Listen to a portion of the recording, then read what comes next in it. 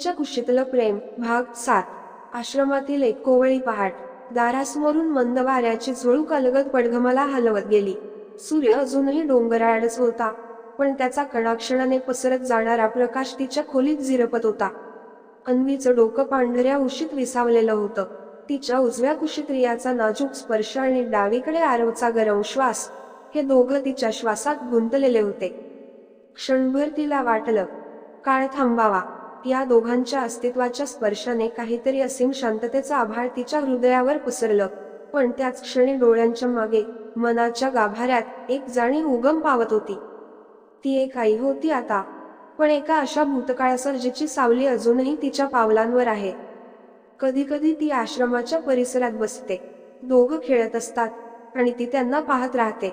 एक हलकं हसू ओठावर येतं, पण हृदयाच्या तळाशी एक विचित्र थरथर चालूच असते। मी पुरेशी आहे का, हा विचार तिचा पिच्छा सोडत नाही। तिला आठवतं, ती कोसळली होती एका भयानक अंधाऱ्या रात्री आणि कुणीच नव्हतं हात द्यायला। पण आता ती कोसळली तर या दोन जीवांचं काय होईल? कोण त्यांना सांभाळेल? कोण त्या डोळ्यातलं दुःख समजून घेईल?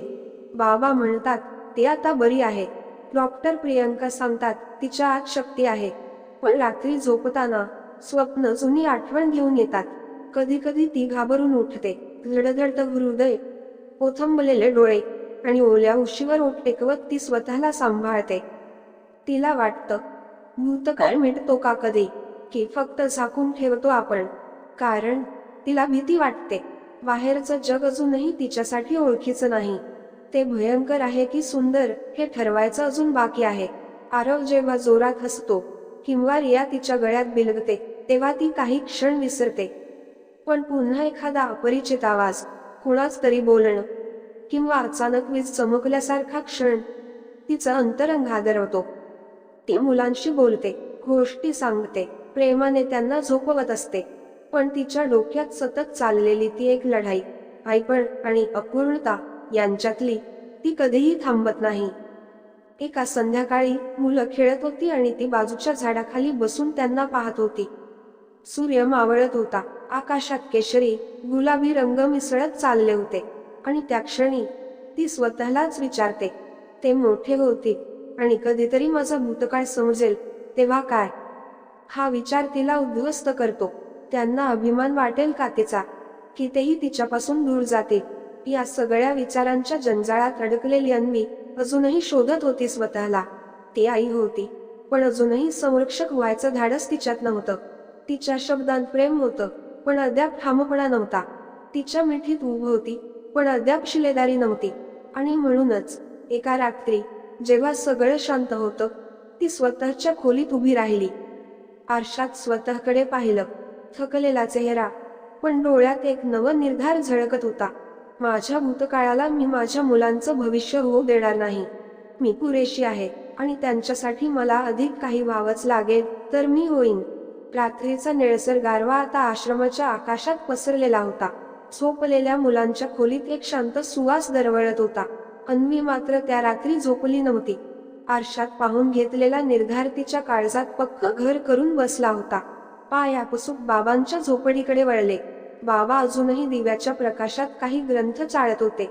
त्यांच्या डोक्याभोवती मऊ प्रकाशाचा वलय तयार झाला होता। आवाज ऐकताच ते डोळ्यांवरचा चष्मा काढून हळूच म्हणाले, अन्वी, आलीस? काही विशेष? ती थोडा वेळ गप्प राहिली, डोळ्यात असंख्य विचारांची गर्दी। शेवटी तिच्या ओठांवर एक स्पष्ट वाक्य उमटलं, माझं स्वतःवर प्रेम आहे बाबा, पण आता मला स्वतःवर विश्वास निर्माण करायचाय। बाबांच्या डोळ्यात अभिमान चमकला, त्यांनी हळूच तिच्या डोक्यावर हात ठेवला। शरीर आणि मन दोन्ही घायाळ असताना माणूस उभा राहतो तेव्हा त्याचं खरं रूप दिसतं। तू तयार आहेस का, तुझं नवीन रूप पाहायला?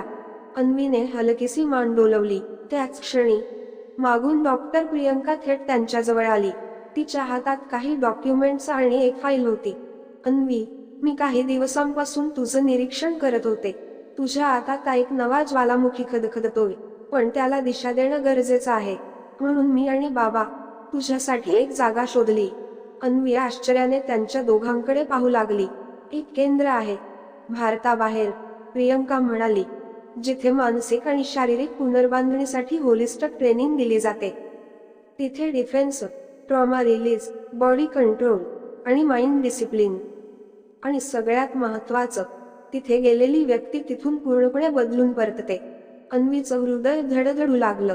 तिच्या मनात एकच वाक्य उमटलं, माझ्या मुलांसाठी, माझं भूतकाळ ओलांडण्यासाठी मला हे करायलाच हवं. बाबांनी पुढे सरसावत तिच्या हातावर हात ठेवला. तुला ओळखणं सोपं नव्हतं अन्वी, पण आता मी तुला पाहतोय तुझ्या खऱ्या रूपात. माझी ओळख वापरून मी तुझी शिफारस तिथे पाठवेन. माझं वचन आहे तुला, तू जितकी शक्तिशाली होणार आहेस त्याचा तुला आज अंदाजही नाही. डॉक्टर प्रियंकाने तिच्या डोक्यावर हात ठेवला आणि हळूच हसून म्हणाली, तुझी नवीन सुरुवात आता होते अन्वी, पण एका नवीन रूपात, स्वतःला पुन्हा गवसण्यासाठी. त्या रात्री अन्वीने स्वतःवरचा पहिला विश्वासाचा खांब उभा केला. दुसऱ्या दिवशी ती तिघे एकत्र बसून योजना आखू लागले.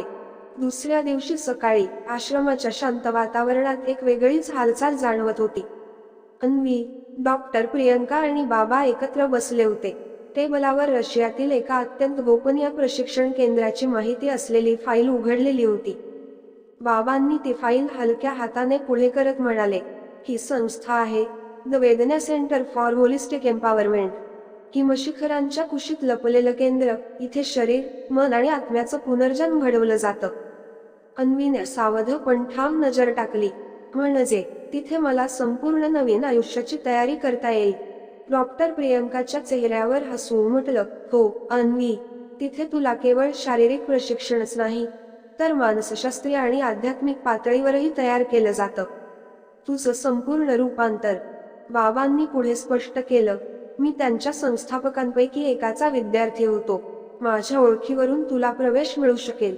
तिथे कोणताही प्रवेश उघडपणे दिला जात नाही. अन्वीने फाईलमध्ये असलेले फोटो, अभ्यासक्रम आणि सुरक्षा संरचना पाहिली.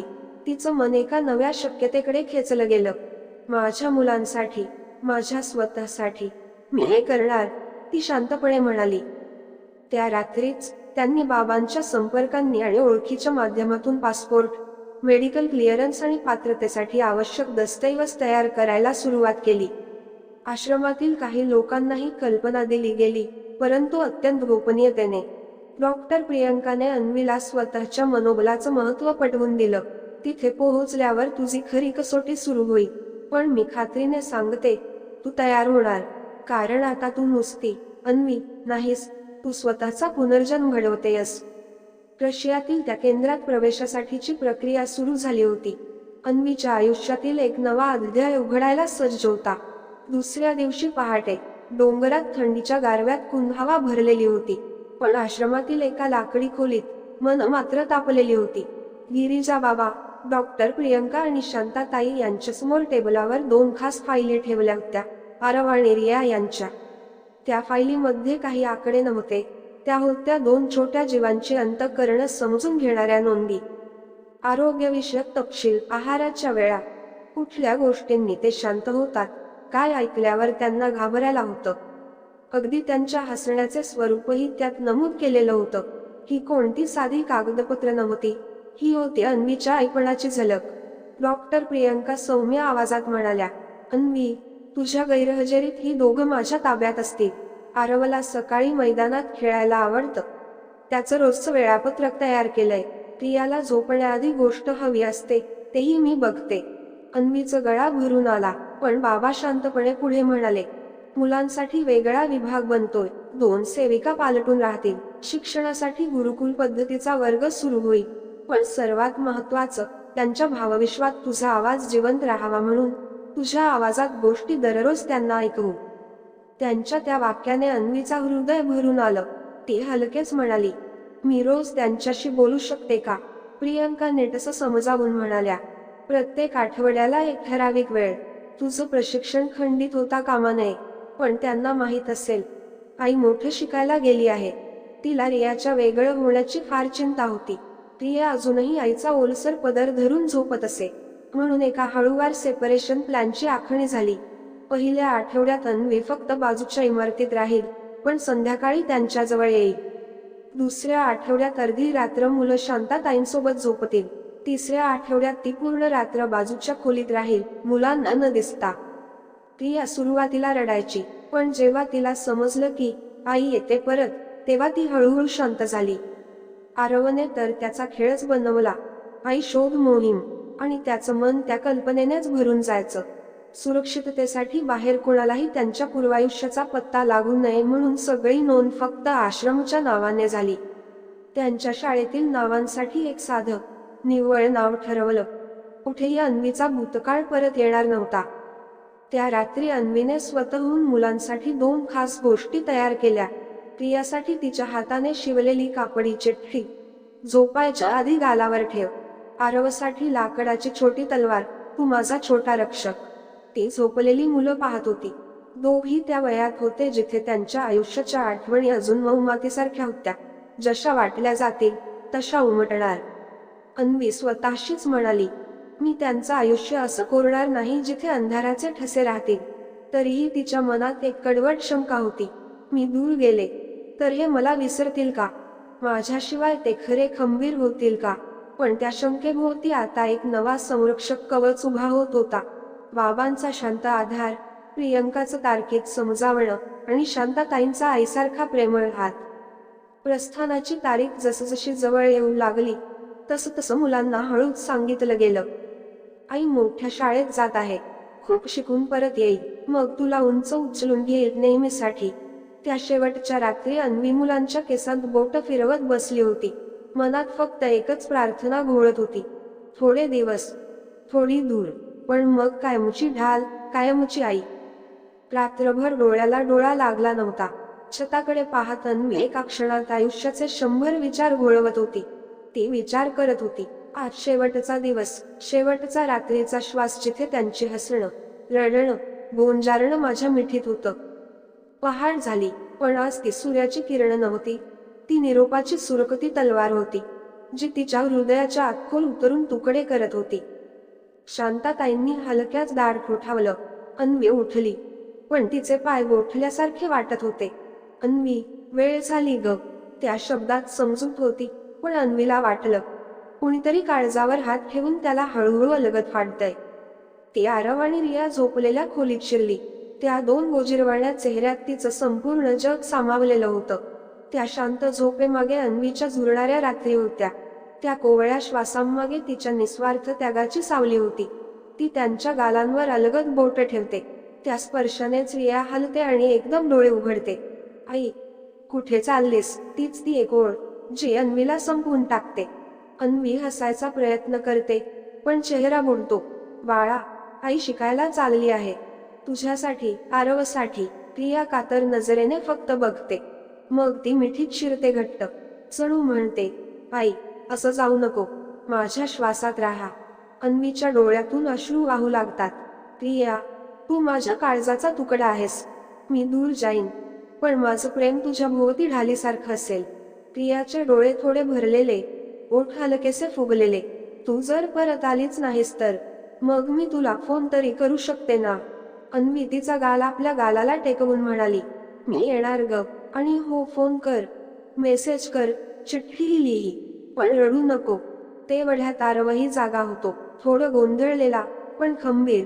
आई, तू रडतेयस का? त्याच्या त्या प्रश्नाने ती सावरते. आरव आपल्या खिशातून छोटी लाकडी तलवार काढतो.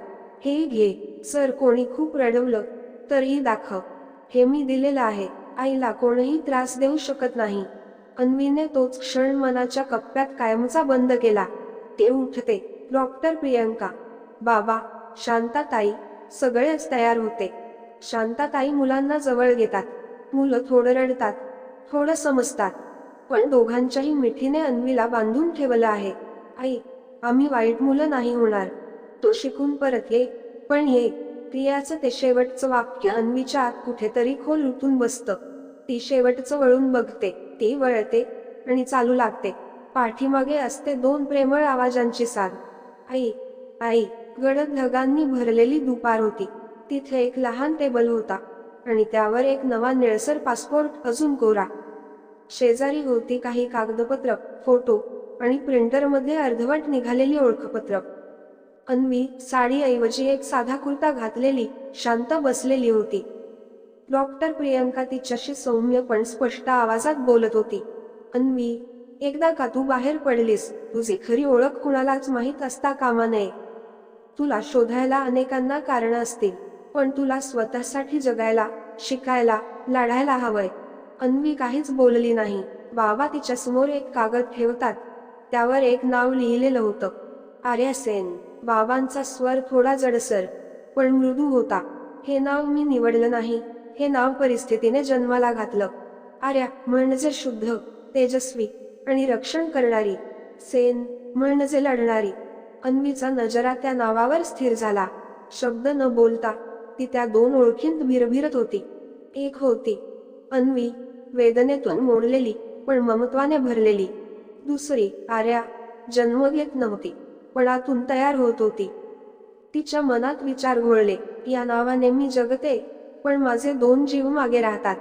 ही मीच आहे का, की ही एक कवच आहे माझ्या ममतेपासून स्वतःला वाचवण्यासाठी? डॉक्टर प्रियंकाने अलगद तिचा हात धरला. हा निर्णय तुला घ्यायचा आहे. हे नाव एक मुखवटा आहे की तुझं नवं अस्तित्व हे तुलाच ठरवायचं. अन्वीने तो पासपोर्ट उचलला. नाव वाचलं, आर्या सेन. त्यात तिचा चेहरा होता, पण डोळ्यात वेगळी झलक. ती हळूच म्हणाली, या नावाखाली मी माझं दुःख लपवणार नाही. मी त्यावर उभारणार आहे एक नवं आयुष्य. मी आर्या आहे, कारण अन्वीला जिवंत ठेवण्यासाठी मला लढावं लागेल. बाबांनी तिला तिच्या नावासोबत एक छोटासा लाल दोरा दिला. ही माझ्या गुरूंकडून आलेली एक रक्षा. तू कुठेही गेलीस, तुझे ओळख काहीही असो, पण तुझ्या मुळांशी तुटू नये म्हणून. अन्वीने तो दोरा आपल्या मनगटावर घट बांधला. गाडी आली. स्टेशनवर हलकासा धुक्याचा पडसाद होता. अर्जुन काकांनी तिची बॅग कडेवर घेत तिच्यासोबत चालत गाडीपर्यंत आणली. गाडीचं दार उघडताच एक क्षण थांबले. दोघी काही बोलले नाहीत. तिच्या डोळ्यात पाण्याची एक हलकी थरथर होती, पण ओघळली नाही. काकांनी फक्त तिच्या डोक्यावर हात ठेवत एकच वाक्य म्हटलं, हिम्मत ठेव, मागे वळू नकोस. तिने मान हलकीशी हलवली. पाय थोडी कापत होती, पण चेहऱ्यावर निर्धार होता. गाडीत चढून बसली. ती गाडीच्या खिडकीतून आश्रम मागे जाताना पाहत होती. हिरव्या पर्वतरेषा, मातीचा सुगंध, बाबा आणि डॉक्टर प्रियंकाची काळजीची नजर, हे सर्व आता पाठमोर होत चाललं होतं. मनात फक्त एकच वाक्य स्फुरत होतं, अन्वी इथेच संपली, आता आर्या उभी राहणार आहे. पाठच्या सीटवरून अर्जुन काकांचा गंभीर पण मायेचा स्वर उमटला, मागे पाहायचं नाही आर्या. उद्याचं आयुष्य तेच जे आपण नव्यानं तयार करतो. भूतकाळ शिकवतो, पण ओळख नाही बनवू देत. अन्वीने आत्ताची आर्या हलकेच डोळे मिटले. कदाचित या नव्या नावातच तिला थोडं सुरक्षित वाटू लागलं होतं. गिरिजाबाबांच्या एका कॉलवर अर्जुन काका लगेच पोहोचले होते. ते एकेकाळचे गुप्तचर अधिकारी, आज शांतपणे स्वतःच्या मार्गाने जगणारे, पण संकटात सापडलेल्यांसाठी अजूनही त्यांचं मन धडपड करतं. गाडी स्टेशनच्या दिशेने जात असतानाच त्यांनी आर्याच्या हातात एक फोल्ड दिला. तुझी नवीन ओळख, तुझा पासपोर्ट, वैद्यकीय ट्रेनिंगसाठी स्कॉलरशिप आणि रशियात तुला घेऊन जाणारा माणूस, याची सर्व माहिती यात व्यवस्थित आहे. आर्याने ते फोल्डर घट्ट धरलं, जणू ती तिची खरीच ओळख होती. स्टेशनच्या एका कोपऱ्यात अर्जुन काका थांबले. गाडी बंद केली. तिथेच गिरिजाबाबा, डॉक्टर प्रियंका आणि शांताताई आधीच पोहोचले होते. ती त्यांना पाहताच थरथरली. बाबांनी तिला जवळ घेतलं, तिच्या डोक्यावर हात ठेवला. तो आता आर्या आहेस, पण माझ्यासाठी माझी पोर मृण्मयी आहेस. मला माहिती, तू या जगात काहीतरी मोठं करशील. डॉक्टर प्रियंकाचे डोळे पाणावलेले होते. त्यांनी तिला एक लहानशी वही दिली. त्यात तिच्या उपचारांचे नोट्स आणि काही हळव्या आठवणी लिहिल्या होत्या. शांताताईंनी फक्त एवढंच म्हटलं, कधी परत येशील हे माहीत नाही, पण इथे कोणीतरी रोज तुझी वाट पाहील. आर्याचे मन गलबलून गेलं, पण डोळ्यांतून ओघळणारे अश्रू तिने लपवले.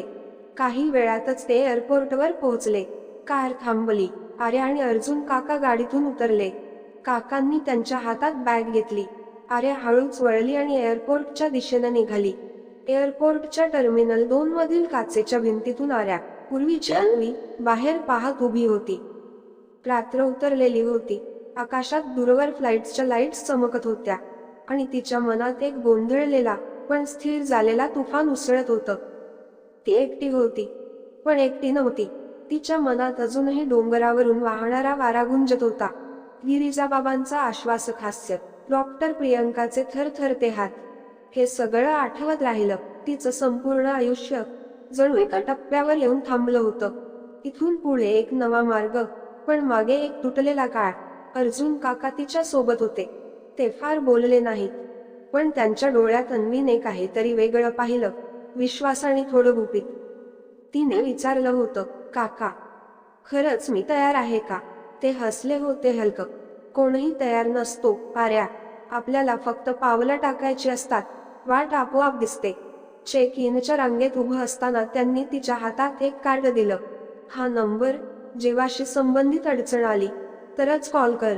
बाकी सर्व तुझ्याच हातात आहे. ती क्षणभर थांबली. त्यांचं कार्ड पाहिलं.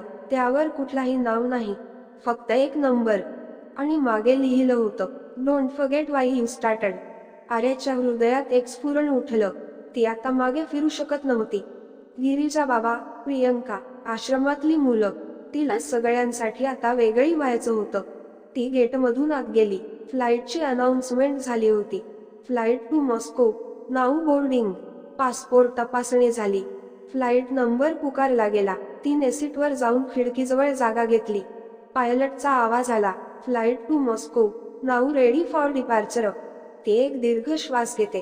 गर्दीत असूनही तिचं मन एकट होतं, पण भीतीपेक्षा आत एक नवं तेज होतं. ती स्वतःशीच पुटपुटली, अन्वी, इथे संपली. आता आर्या जगायला शिकेल. प्लेन हवेत झेप घेतो आणि मागे उरतो डोंगर, बाबा, प्रियंका आणि एक मोडून पुन्हा उभी राहिलेली मुलगी. नियतीच्या कुशीतलं प्रेम भाग 8 लवकरच येतो.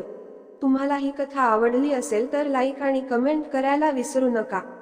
पुढील भागासाठी सबस्क्राईब करा आणि इंस्टाग्रामवर देखील फॉलो करा. धन्यवाद.